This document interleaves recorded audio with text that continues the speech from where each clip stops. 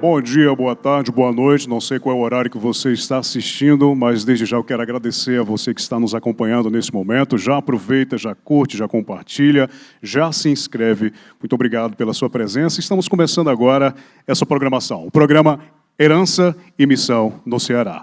E sem mais delongas, para iniciar nosso programa, vamos pedir ao nosso querido pastor Otoniel Silva Martins para fazer uma oração pelos pastores que estão aqui presentes nessa manhã.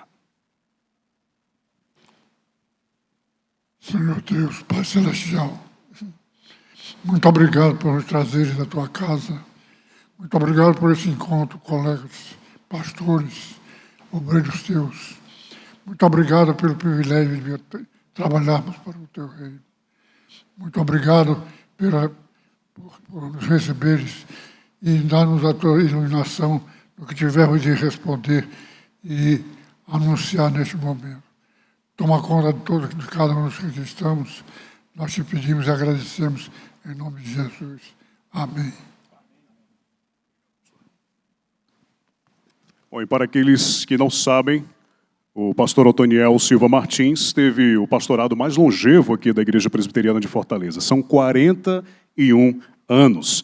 O pastor Otoniel nasceu em São Luís do Maranhão no dia 20 de julho de 1930, estudou no Liceu do Maranhão e no Colégio 15 de Novembro, em Garanhuns, Pernambuco. Em 1952, ingressou no curso de Teologia ministrado pelo Seminário Teológico do Norte, concluindo sua graduação em 1955. Em 1956, foi ordenado pastor, ministro do Evangelho pelo Presbitério Ceará Amazonas e recebeu ali sua primeira missão: pastorear a Igreja Presbiteriana de Teresina e dar assistência a todo o campo ali do Piauí. Ainda em 1956, recebeu e aceitou o convite do Conselho da Igreja Presbiteriana de Fortaleza e de seu pastor efetivo na ocasião, o pastor Alcides Nogueira, para servir como pastor auxiliar. Foi empossado em janeiro de 1957. Um ano depois, assumiu a função de pastor efetivo da IPF. Além de suas atividades como pastor, cursou administração escolar e filosofia, ambos os cursos na Universidade Estadual do Ceará. Cursou também Direito na Universidade Federal do Ceará, o que lhe permitiu atuar em atividades seculares e de relevância para o Estado do Ceará. O pastor Otoniel, ele é o nosso querido decano, muito amado por toda a igreja e continua dedicando-se ao serviço de Deus e ainda hoje participa ativamente dos trabalhos e atividades da nossa igreja, como esse momento nessa programação também está aqui presente. Muito obrigado, pastor Otoniel, pela sua participação, muito obrigado pelo trabalho e dedicação à obra do Senhor ao longo de todos esses anos. É uma honra estar aqui dividindo esse espaço com o Senhor e com os demais pastores. Bom, sem mais delongas, nós queremos aqui falar com os nossos queridos convidados, nossos pastores. Desde já agradecer a presença de cada amado pastor aqui. Para quem não sabe, todos os pastores que estão aqui nesse bate-papo com a gente já fizeram gravações, tem conteúdos aí, vídeos gravados, coisas muito edificantes, conteúdos que você pode conferir no nosso canal. Então, dá uma procuradinha aí, curte, compartilha, porque é uma bênção todo esse conteúdo e a gente agradece demais a presença de todos os pastores aqui reunidos. Pastor Amadeu Leite, aqui do meu lado, Igreja Presbiteriana do Cambeba. Como é que foi aí o início da obra presbiteriana no Ceará e quais foram ali os primeiros desafios enfrentados pelos missionários? Ok, como você falou, bom dia, boa tarde, boa noite para todos que estão aqui e aqueles que estão nos assistindo. Pregar o Evangelho tem sempre um desafio. E quando olhamos lá para o início da Igreja Presbiteriana de Fortaleza, isso em 1822, quando o reverendo Deleice Wardlaw chegou aqui, o grande desafio é em relação à Igreja Católica. Posso citar um exemplo. A imprensa teve um fator muito importante na Reforma Protestante, no sentido de que os pensamentos reformados eram impressos e divulgados, e isso atingiu uma boa parte do mundo. E quando olhamos para o presbiterianismo no Brasil e aqui no Ceará, a imprensa teve um fator importante de que o reverendo Deleice, ele criou uma livraria, teve uma livraria onde vendia livros, distribuía folhetos, distribuía bíblias, e ele também teve, em relação à importância da imprensa, a questão de escrever em digamos, um jornal da época. E quando a Igreja Católica, né, e os governantes, que eram... a Igreja Católica, na época, era a igreja oficial do governo, enfim.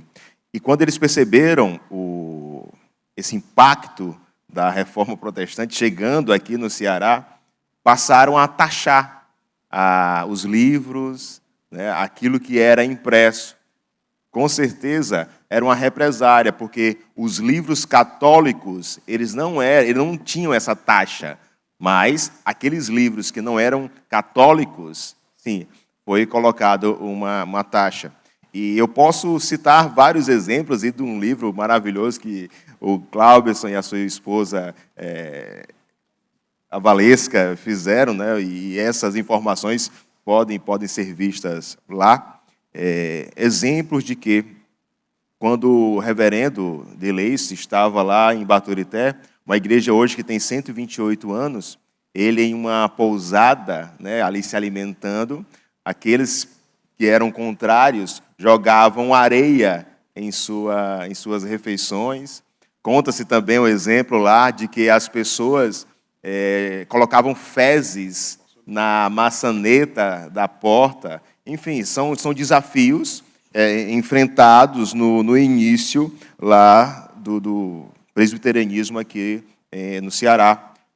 Um exemplo bem grosseiro assim que eu vi lá em relação a Barbalha, a cidade de Barbalha, que era uma cidade, uma cidade bem católica, e tinha na placa lá, dizendo, aqui eu vou citar, né, senhores protestantes, Barbalha de Santo Antônio já está evangelizada. Esse era a mensagem, o recado para os missionários, pastores que chegavam ali. Outro desafio era em relação a até mesmo ser sepultado. Se você é alguém que escutou o Evangelho, né, uma pregação reformada, entendeu do Evangelho e passou a ser protestante, até mesmo para ser enterrado, a pessoa tinha dificuldade. Em alguns cultos, só iniciava o culto depois que a polícia chegava. Enquanto a polícia não chegasse, os missionários ficavam lá esperando. A polícia chegou, aí sim, vamos iniciar o culto, para que os missionários, nem aqueles que iriam prestar um culto ao Senhor, não fossem agredidos. Né? Enfim, a gente olha para a história e vê o quanto esses homens enfrentaram, né? E olhando para o nosso contexto, nós temos desafios, certo? E vai ser relatado aqui por alguns irmãos, mas que possamos ser encorajados a olhar para esses irmãos lá atrás, 1822, com poucos recursos, muitas vezes em cima de um lombo de um cavalo, mas que puderam iniciar esse trabalho na qual hoje nós, pastores, né, podemos continuar esse trabalho. Um legado que é uma honra, ao mesmo tempo que é muito desafiador, continua sendo desafiador, principalmente nos nossos dias. Mas a obra do Senhor não pode parar, né? A obra do Senhor não pode parar. Pastor Tibério Lima, muito obrigado pela sua presença. Igreja Presbiteriana Vila Mar. Pastor, com relação à implantação de igrejas, por que a implantação de igrejas ela é tão importante na tradição presbiteriana, principalmente? Eu também quero abraçar a todos aqueles que estão nos acompanhando, abraçar os nossos colegas pastores, o presbítero, não é presbítero, né? Glaubson, que está nos conduzindo, eu já estou prevendo algo no futuro aí. O reverendo Otoniel Martins.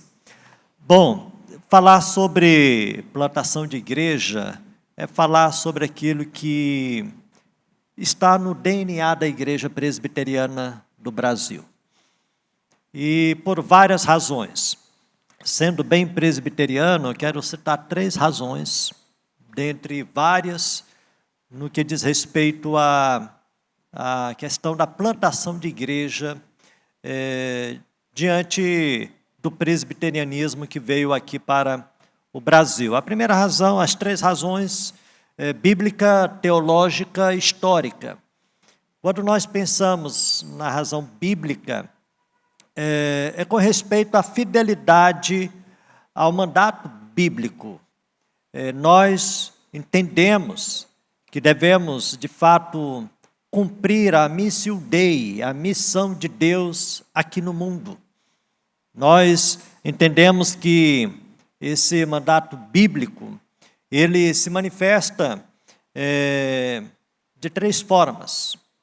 Através da evangelização, quando o próprio Senhor Jesus Cristo, ele ordenou aos seus discípulos para que fizessem novos discípulos, fossem a vários locais com esse intuito. Então, a grande comissão nós encontramos no Evangelho de Jesus Cristo, segundo escreveu Mateus, no capítulo 28, dos versos 18 ao 20. Então, procuramos ser fiéis a essa ordenação do Senhor Jesus Cristo, fazendo a evangelização, também nos comprometendo com a expansão do reino de Deus. Então, plantar igreja é uma forma concreta de levar o evangelho a novos lugares, para que novas pessoas elas possam ser alcançadas pela mensagem salvífica na pessoa do Senhor Jesus Cristo. Então, nós estamos totalmente comprometidos com a expansão do Evangelho do Senhor Jesus, né? Promovendo aí o crescimento do reino de Deus. E também devemos estar considerando a herança apostólica, né? Quando nós lemos o livro de Atos dos Apóstolos, quando os apóstolos eles foram dispersos, onde eles chegavam, eles plantavam igreja, né? O apóstolo Paulo foi o grande ícone nessa área de plantação de igreja. Percebemos isso no livro de Atos dos Apóstolos, nas cartas paulinas, essa pegada dele no que diz respeito à plantação de igrejas. Então, nós buscamos ser fiéis a esse mandato bíblico. Teologicamente, nós professamos que a igreja local, ela é a manifestação visível do corpo de Cristo, né? E aí, cada comunidade, ela deve ter acesso à exposição fiel das Escrituras, à administração correta dos sacramentos e à disciplina eclesiástica, que são as características de uma igreja fiel, né, de uma igreja verdadeira. Então, plantando igreja, nós estaremos dando acesso ao corpo de Cristo a muito mais pessoas, em muitos outros locais. Então, nós não podemos, de maneira nenhuma, estar acomodados onde estamos. Pelo contrário, devemos sempre ter uma visão ampla e alcançar outros lugares através da pregação e consequentemente, a plantação de novas igrejas. Porque só assim essas comunidades elas terão acesso ao Evangelho do Senhor Jesus. Então, nós entendemos que, de fato, a igreja local, ela é essa manifestação do corpo de Cristo aqui na terra.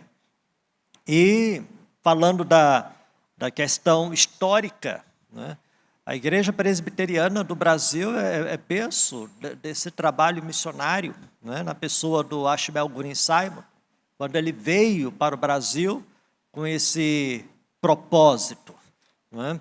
Então, a partir daquele grande despertamento missionário, onde muitos foram enviados para várias nações, o Brasil foi uma dessas nações que teve esse privilégio de receber a igreja presbiteriana.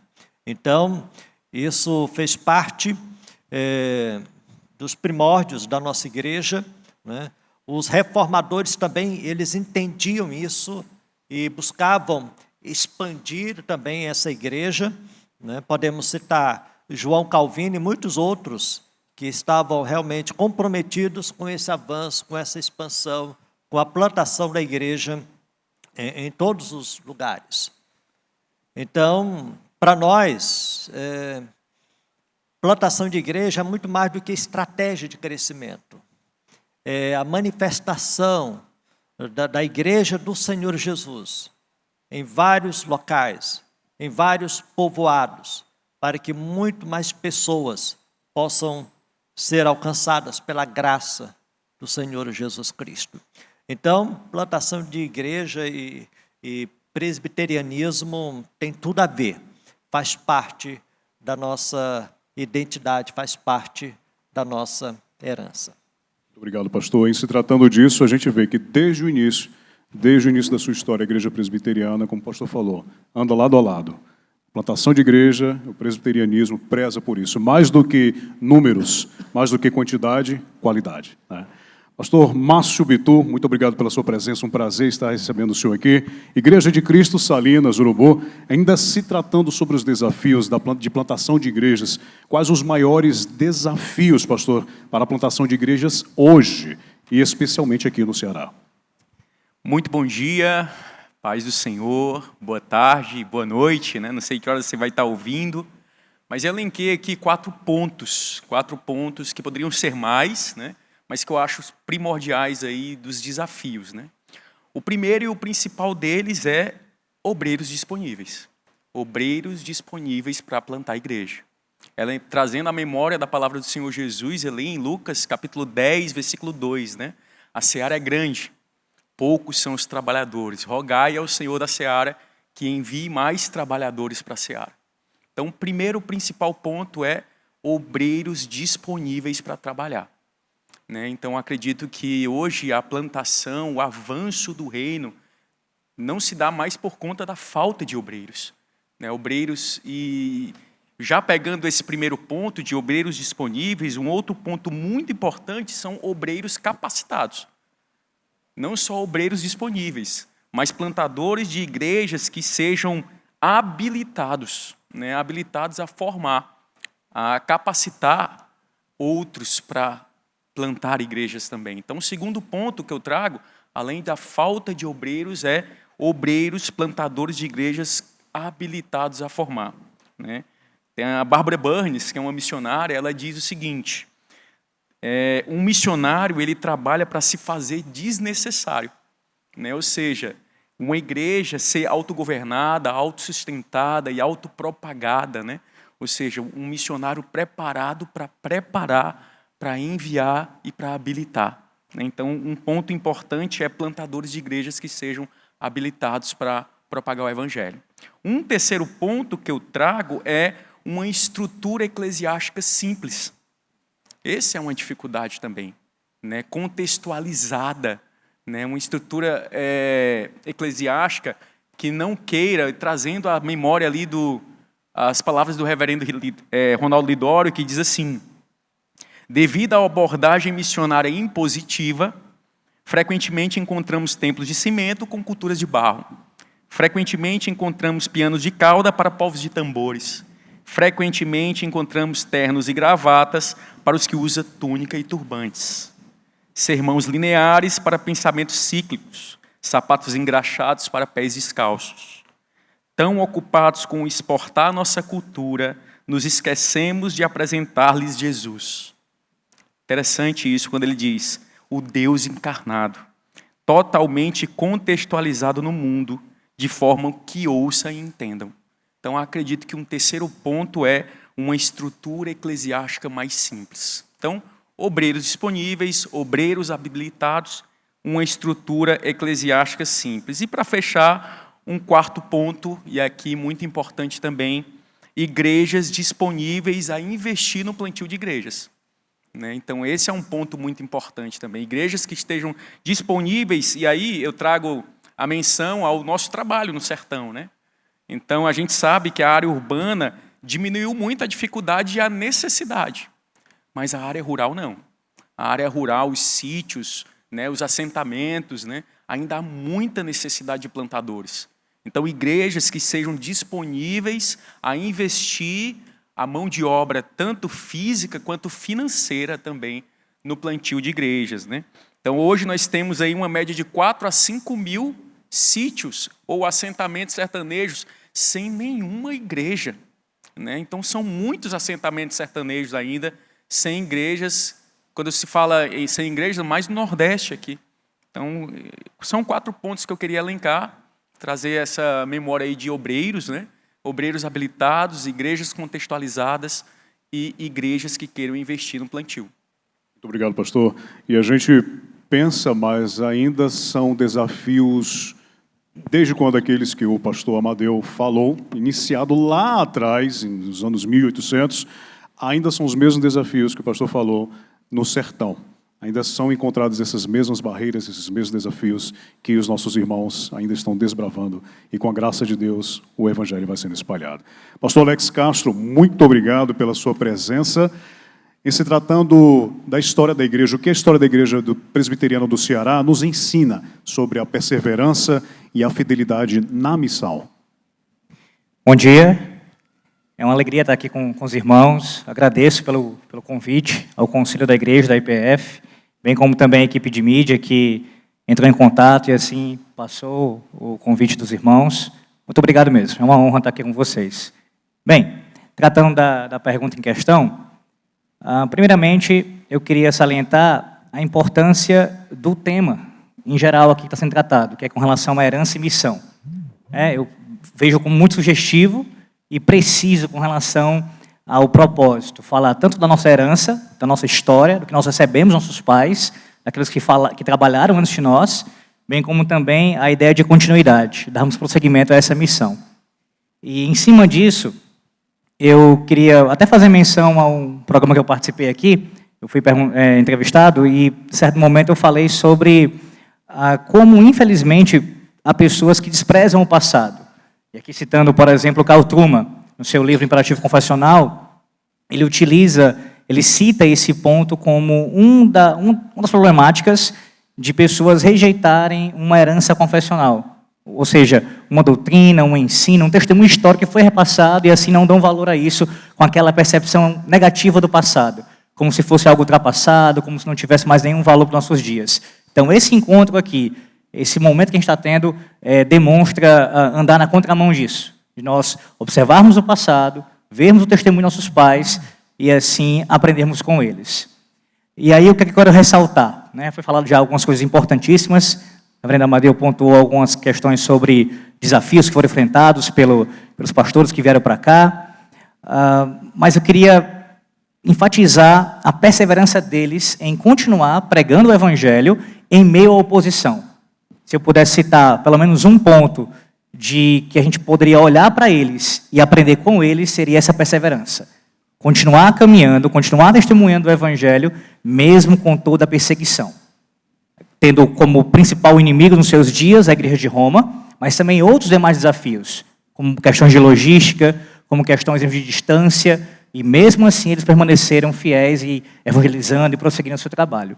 Eu penso que nós, em nossos dias, temos muito mais facilidades em termos de comunicação, em termos de apoio, em termos financeiros até, em comparação a eles, e infelizmente nós relaxamos quanto a isso, por vezes. É bem verdade que o Senhor Deus tem feito a sua obra, ela não está parada, o evangelho está avançando, mas eu creio que a gente poderia ser melhor nesse sentido também. Então, o que a gente aprende com eles de positivo? Um aspecto que eu queria ressaltar seria esse: a perseverança em meio à oposição, principalmente com relação à oposição romanista. Mas quando a gente olha para a história da igreja, não apenas no período aqui de plantação de igreja no estado do Ceará, mas até mesmo antes disso, e foi até citado pelo pastor Tibério com relação a Atos dos Apóstolos, então a gente olha de maneira mais geral, a gente também precisa observar aquilo que no passado a gente viu que aconteceu, mas que a gente poderia ser ainda mais preciso em nossos dias, a gente poderia aperfeiçoar mais. E eu penso que uma questão importante a ser salientada é a preocupação de que, quando formos plantar igrejas, haja essa atenção voltada para uma base sólida doutrinária.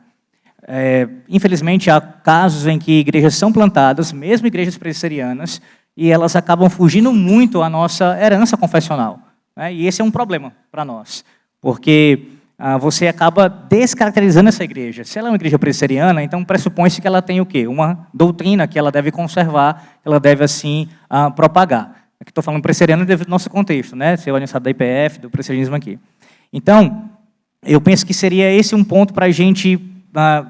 não digo que não teve contribuições nesse sentido, é claro que tiveram, mas que a gente poderia avançar mais, aperfeiçoar ainda mais. Então, olhar para esse passado, olhar para essas plantações de igrejas aqui, mas ver que a gente pode melhorar nesse sentido. Em nossos dias, a gente tem muitos desafios. E a igreja de Roma ainda permanece sendo, assim, um inimigo nosso. Essa é a grande verdade. É uma igreja apóstata, contrária ao Evangelho de Cristo, e a gente ainda tem enfrentado esse desafio. Eu posso mencionar, por exemplo, a grande quantidade de pessoas que têm voltado para lá.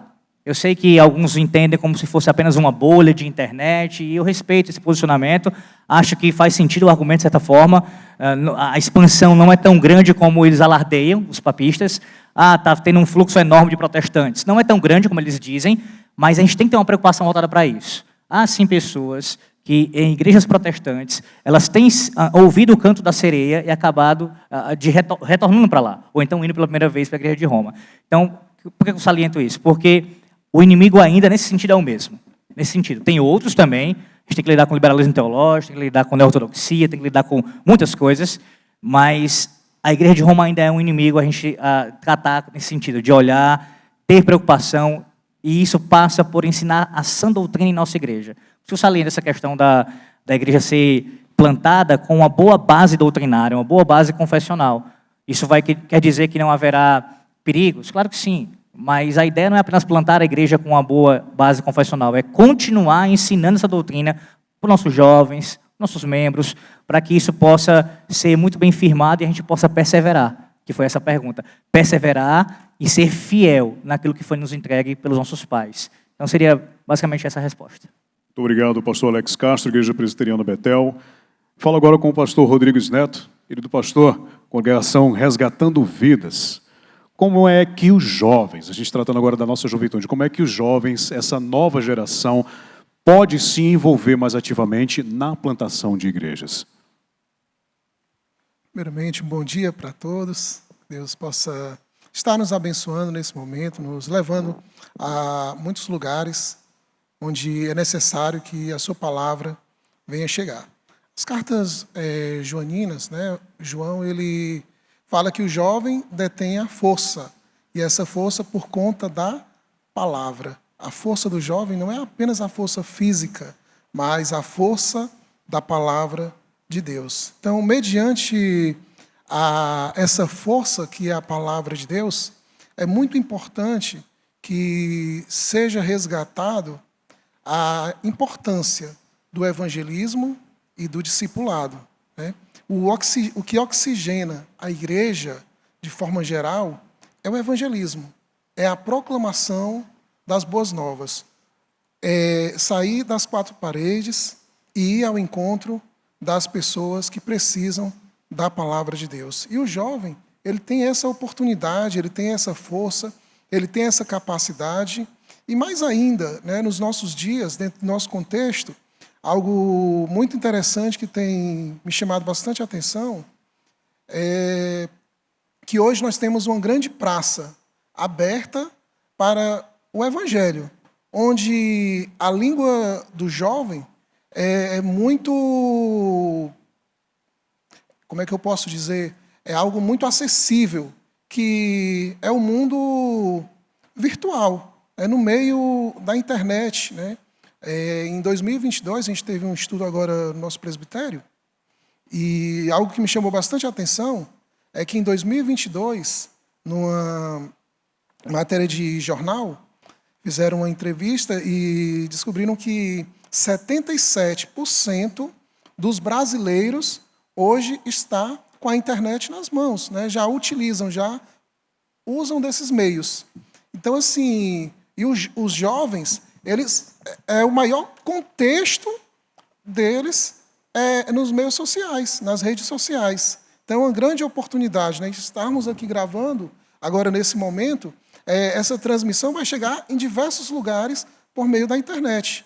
Então, assim, os jovens, muitos dos nossos jovens estão sendo formados aí nas redes sociais, estão trabalhando com TI, com diversas inteligências, e, assim, é um meio muito importante onde pode ser mais explorado da igreja local, das congregações, igrejas, que esses jovens estejam atuando.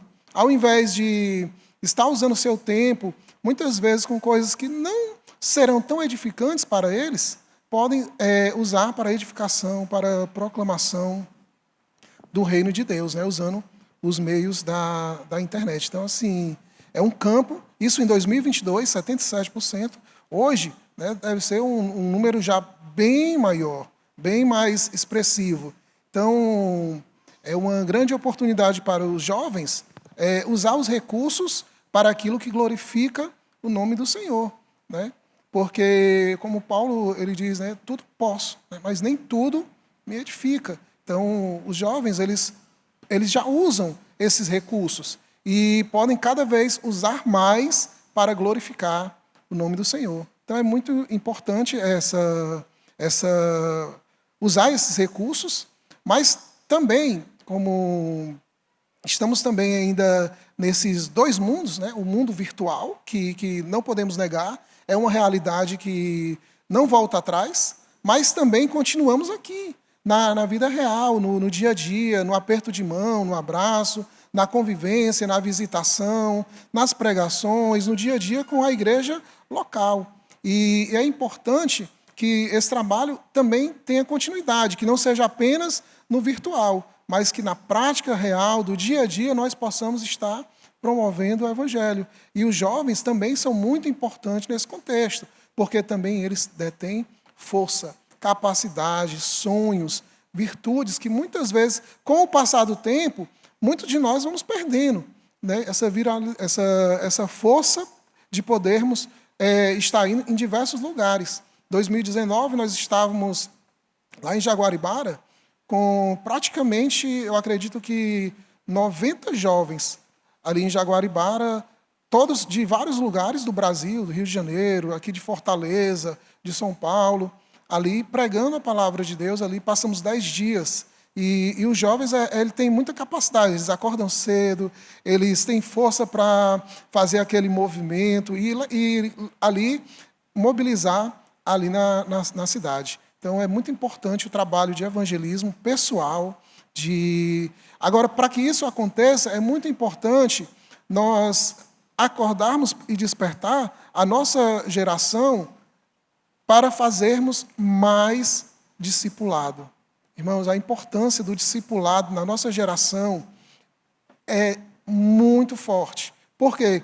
Muitos dos nossos jovens, muitos dos irmãos que hoje congregam nas nossas igrejas, são pessoas que ouviram o Evangelho, foram evangelizadas. Pessoas que aderiram à igreja, que receberam o Senhor Jesus, mas que muitas vezes não passaram por um processo de discipulado pessoal, de vida na vida, de relacionamento. E muitas vezes elas passam a sentar nos bancos, se tornam membros da igreja, mas como não tiveram esse lance pessoal, esse relacionamento pessoal do discipulado, essas pessoas muitas vezes estão apenas reproduzindo o que aprenderam. E que as pessoas vindo à igreja vão se converter, vão ouvir a palavra e vão ser membros da igreja dessa forma. Quando, na verdade, o que Jesus nos chama é para uma prática mais viva, uma prática de relacionamento, de levarmos verdadeiramente a palavra. Entendermos o que Dick Hills, né, ele, que era um missionário lá na China, ele traz algo que eu sempre costumo falar, sempre trago à memória. Ele diz, todo coração com Jesus é um missionário. E todo coração sem Jesus é um campo missionário. Então, a igreja de Deus, jovens, adultos e crianças também, todos nós que recebemos o Senhor Jesus, somos um campo missionário, ou somos missionários e devemos estar em busca dos campos missionários, que são pessoas que ainda não receberam o Senhor Jesus como seu Senhor e Salvador. E os jovens têm essa força, tanto no nosso mundo real, de tocar, de ir até essas pessoas, mas também eles têm essa capacidade no meio da linguagem do dia a dia deles. Porque nós vivemos numa realidade onde as pessoas que nasceram pelo menos há 18 anos atrás, que são os nossos jovens, eles vivem no mundo da internet. Então, é muito importante essa realidade e usar esses recursos para glorificar e exaltar o nome do Senhor. Amém. Que Deus nos abençoe. Muito obrigado, pastor. Pastor Rodrigo Torricelli, aqui da Igreja Presbiteriana de Fortaleza. Para você que está nos acompanhando até agora, muito obrigado pela sua audiência. Não esqueça de compartilhar, não esqueça de curtir e de se inscrever no canal da nossa igreja. Temos materiais bastante edificantes e é sempre um prazer ter você acompanhando a gente. Você está acompanhando aí o nosso programa de hoje, Herança e Missão no Ceará, Igreja Presbiteriana de Fortaleza. Estamos aqui com queridos pastores, convidados que já são conhecidos de vocês aí que nos acompanham através do canal da igreja. Estamos aqui no templo da IPF, nesse dia maravilhoso, e é sempre um prazer estar com vocês aqui. Pastor Rodrigo, o que as igrejas que já são estabelecidas, elas podem fazer para apoiar as novas frentes missionárias? Muito bem. É um privilégio estar com todos os meus queridos irmãos, pastores, e eu acredito que não há distinção propriamente entre ser pastor ou ser missionário. Ser crente, né, da igreja, um cristão comum, ou ser um missionário. E é exatamente isso que eu acredito que nós precisamos, né, de um engajamento que nos faça compreender o nosso papel dentro da sociedade a qual nós estamos inseridos. É, sim, muito importante olhar para a história e pensar em estratégias como houveram no passado. E é tolice nossa achar que não houve nenhum tipo de estratégia, né? Nenhum planejamento na implantação da igreja presbiteriana.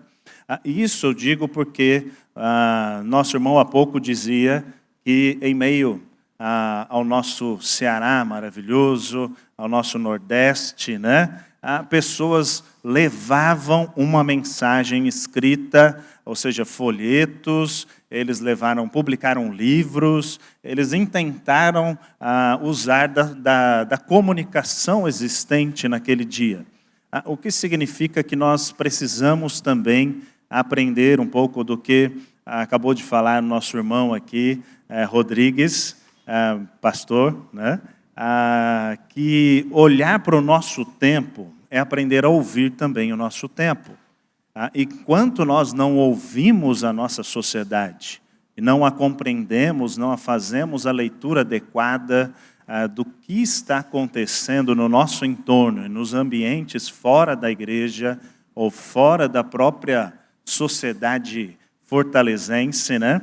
Nós não conseguiremos auxiliar missionários adequadamente. Nós não conseguiremos estabelecer projetos adequadamente de plantação de igreja. E eu digo isso porque, quando nós olhamos para a Bíblia, nós vemos Neemias ouvindo do seu parentesco, dos seus irmãos, né, como andava a situação em Jerusalém. Ele pergunta, como vão as coisas por lá? Com aquelas pessoas que não foram levadas para a Babilônia? E então ele obtém resposta. Mas a resposta ela não pode perpassar por nós sem trazer alguma mudança, alguma iniciativa nova. E Neemias ele faz algo que nós precisamos aprender a fazer: chorar pelo nosso tempo. Ele para, ele não faz, ele senta. E antes de fazermos, num mundo tão, como se diz assim, proativo, né? Um mundo cheio de ansiedade, de ativismo, né? Nós temos pensado muitas vezes que o ativismo religioso é a resposta para o nosso tempo. Quanto mais programações eu tiver, mais pessoas estarão vindo para o templo. Quando, na verdade, nós deveríamos sentar, chorar por um tempo pela realidade que nem sempre é boa. Ou seja, em 142 anos de história, nós precisamos avaliar também erros, olhar para nós, vermos onde erramos, não apenas onde acertamos. Isso nos trará certamente uma maturidade, como foi o caso de Neemias. Chorou por alguns dias, lamentou, orou a Deus e jejuou. Falta-nos muitas vezes esse tempo com Deus, de ouvir o que Deus tem para nós, e então trazermos as respostas do próprio Deus para o mundo onde vivemos. E o mais interessante é que ali no capítulo 1 de Neemias, ele também pede perdão pelos pecados do seu povo.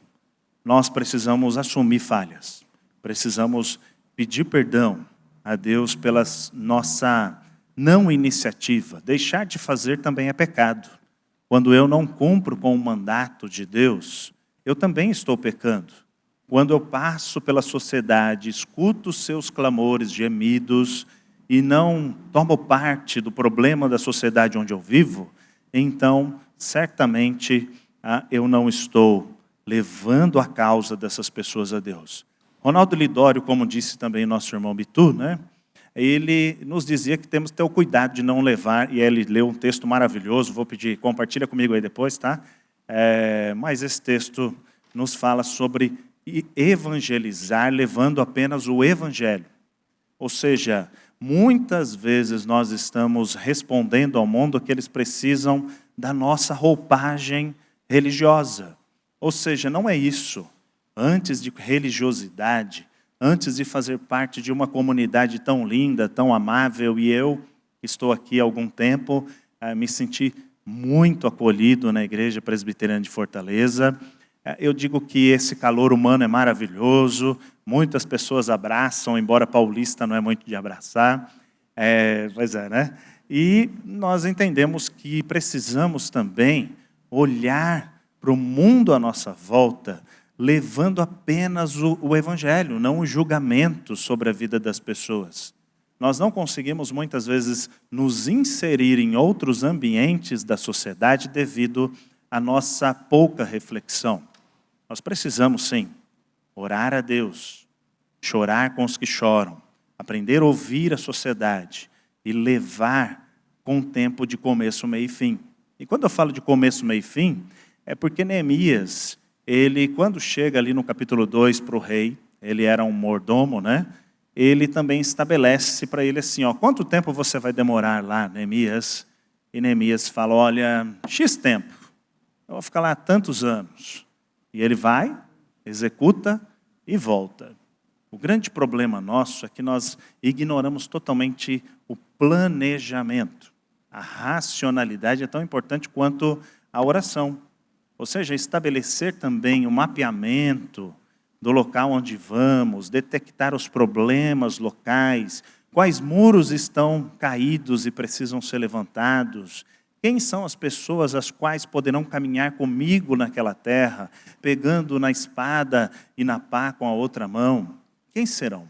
Nós precisamos, primeiro, orar muito. E eu acredito que Neemias não ficou pouco tempo pensando, chorando. Ele detecta o que precisa e ele sabia o que pedir, veja. Ele pede exatamente o que ele precisa para aquele rei. Olha, eu preciso de cartas para conseguir madeira. Eu preciso de cartas para conseguir o acesso fácil a tal lugar. Eu preciso do visto, né? O Bitu aí que vai para fora do Brasil, né? Rapaz, tem que ser doido mesmo, né? Levar 4 crianças, né? Coisa linda, maravilhoso, né? Aí eu também penso que para ir para um local, tal como existe em toda agência missionária, todo local que nós temos visto Brasil afora, treinamentos de pastores ou missionários sempre falam de uma leitura fora da caixa, de aprendermos a olhar a outra cultura para levarmos esta igreja a qual pertencemos, que é a igreja de Jesus. Ou seja, princípios e valores são inegociáveis. Mas se eu tiver que tirar minha gravata para falar de Jesus, eu vou tirar. Se eu tiver que tirar o paletó, eu tenho que tirar. Se eu precisar de alguma forma me aproximar, abraçar, mesmo sendo paulista, né? Eu vou abraçar. Então, isso eu acredito que seria a minha posição. Eu não sei se eu respondi. Respondi? Bem respondido. Vamos Ótimo, então. Muito obrigado pela oportunidade. E que nós possamos, assim, olhando para o passado, como disse o nosso querido irmão, fazer como o povo de Israel, que olhava para o passado para se motivar e olhar para o futuro. Um exemplo muito bom é o nosso querido pastor Otoniel, né? Que ele, quando relata algumas histórias para nós, de como ele teve que quebrar paradigmas, né? Ele teve que trazer a igreja para esse novo endereço, um novo templo. Certamente ele enfrentou também lutas inúmeras, né? Adversidades. Aprender com os mais velhos é muito importante. Amém. Amém. Muito obrigado, pastor.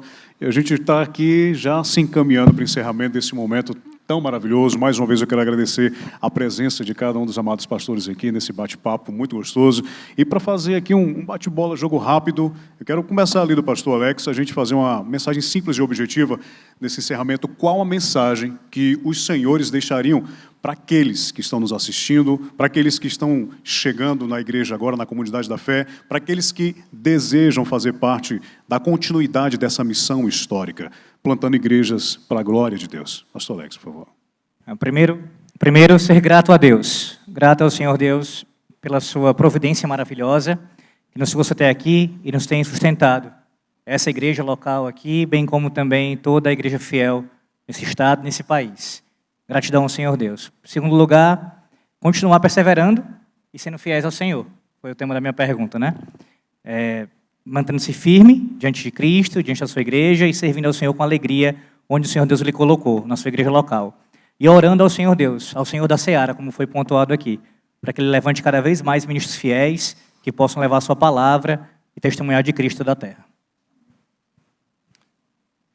Muito bem. Agora é minha vez, né? É para eles, né? Tá ok. Muito bem. Então, as palavras finais que eu daria é: olhe para o Evangelho. O Evangelho é Jesus. O Evangelho não são as coisas de Jesus. O Evangelho é Jesus. Leve Jesus, fale de Jesus e olhando firmemente para a cruz, onde Deus nos amou, nós também estejamos sempre constrangidos por este amor, a espalhar mais desta boa notícia que é Jesus. Pastor Mandel. Leiam as Escrituras.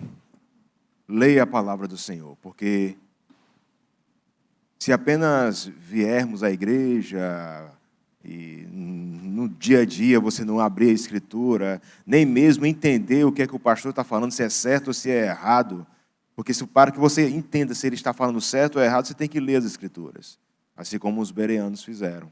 Leiam as Escrituras. E você que é jovem, adolescente, se preparem, porque hoje estão aqui, existe uma geração do pastor Otoniel que fez muito e ainda faz, nos aconselhando. Temos pastores mais novos, mas vocês serão o futuro da IPB. Vocês serão futuros presbíteros, futuros diáconos, futuros membros, mas para que vocês continuem o legado e até possam fazer com que essa igreja seja uma igreja que continue a pregar o evangelho puro e simples, uma igreja confessional, precisamos de pessoas que leiam as Escrituras. Porque senão vocês serão como meninos e com certeza serão como folhas, né, ao vento, como palhas. Pastor Tibério. A palavra que eu deixo para todos os nossos queridos encontra-se em Isaías 6, versículo 8, quando Isaías ouviu a voz do Senhor que dizia: a quem enviarei e quem há de ir por nós? Disse eu: eis-me aqui, envia-me a mim. Que você, como todos nós, possamos ter essa postura de nos colocar à disposição do Senhor para sermos usados para a expansão do seu reino aqui entre nós. Pastor Rodrigues. Meus, que bênção estar aqui com vocês, uma alegria muito grande. Mas pena que parece que tudo que é bom dura pouco, né? Mas que privilégio maravilhoso. Irmãos, em Marcos capítulo 3, antes do Senhor Jesus chamar os 12 discípulos para estar com ele, ele dá uma informação muito importante. Porque, primeiramente, ele chama para estar com ele. E, segundo, ele envia.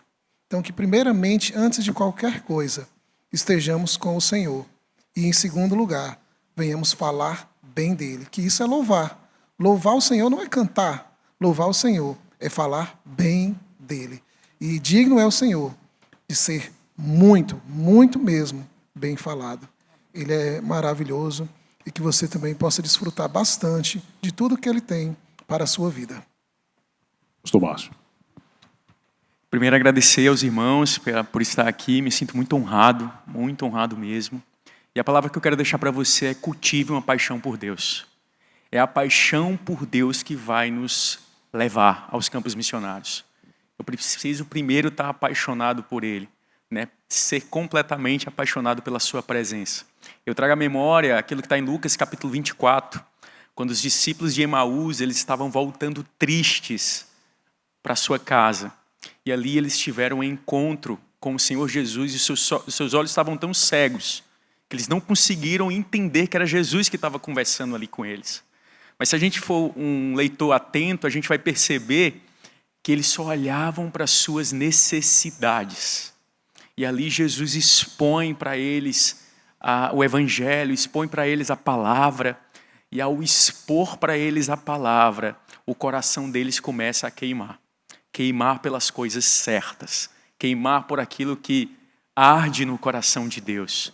Então, quando nós cultivamos essa paixão por Deus, as nossas necessidades, os nossos planos, eles começam a ficar não tão importantes comparado ao plano de Deus.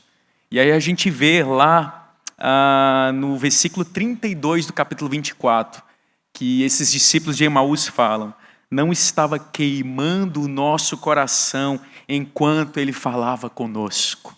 Irmãos, e o que mais me impacta é que, ao Jesus sair daquele lugar, eles levantaram-se e imediatamente partiram. Imediatamente. Após essa compreensão de que não era sobre eles, mas sobre o grande propósito de Deus, o plano de Deus, o coração deles queimou. Enquanto os nossos planos forem prioridades, a nossa paixão por missão vai ser fraca. Enquanto os nossos desejos forem prioridades, a paixão por missão vai ser muito pequena. A gente vai ficar mais no campo da teoria, a gente vai ficar mais discutindo sobre nós, sobre o que nós pensamos, e não vamos sair das quatro paredes. Então, o conselho que eu dou para você: cultive uma paixão por Deus, pela presença de Deus, e assim como fala Lucas 10:2, você vai ser empurrado, enviado por Deus aos campos missionários. Que Deus te abençoe. A você que esteve acompanhando esses minutos com a gente, muito obrigado. A todos os queridos pastores convidados aqui, muito obrigado pela presença de vocês. Chegou ao fim aqui, Herança e Missão no Ceará. Igreja Presbiteriana de Fortaleza, há 142 anos, um farol de luz e esperança.